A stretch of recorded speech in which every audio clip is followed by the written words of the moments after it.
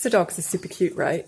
This is part 2 of a video I dropped this morning. Kia ora, I'm Susanna, based in Auckland, Aotearoa, New Zealand, and I was talking about therapy dogs this morning.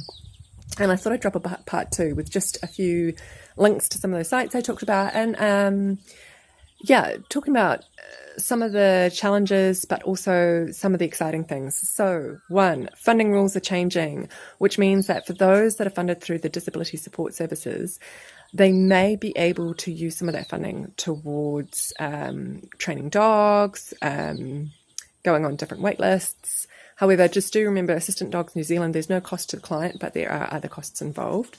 Other services may charge a fee.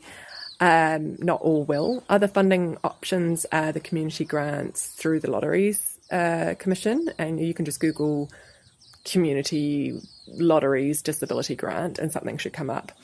And that's all about accessing the community for those with disabilities though. So you need to be able to prove that having a dog or emotional support animal or the cost of training your dog is helping you access the community, which you wouldn't be able to do otherwise.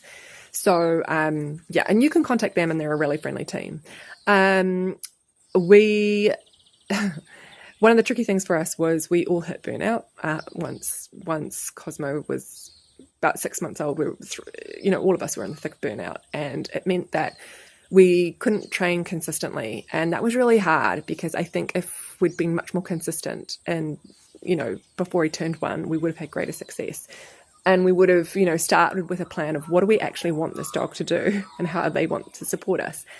But, Cosmo's cute, and he actually lies with our daughter when she's having a medical event. He sleeps in the same room as her, sometimes on the bed, sometimes in a separate dog bed in the corner of a room, because, with those of us with sensory differences, it can be so lovely and comforting having something soft and nice, but equally really icky having a dog lick you. Blah. So anyway, there are some really great resources out there for breeds of dog, types of dog. But one of the reasons I wanted to talk about it was because it does often come up on some of the Facebook groups I'm part of. Has anyone got a therapy dog? Has anyone paid for a dog? All access dogs. And so just a note on that, to be eligible to access all public spaces, a dog must be certified as an all access assist dog.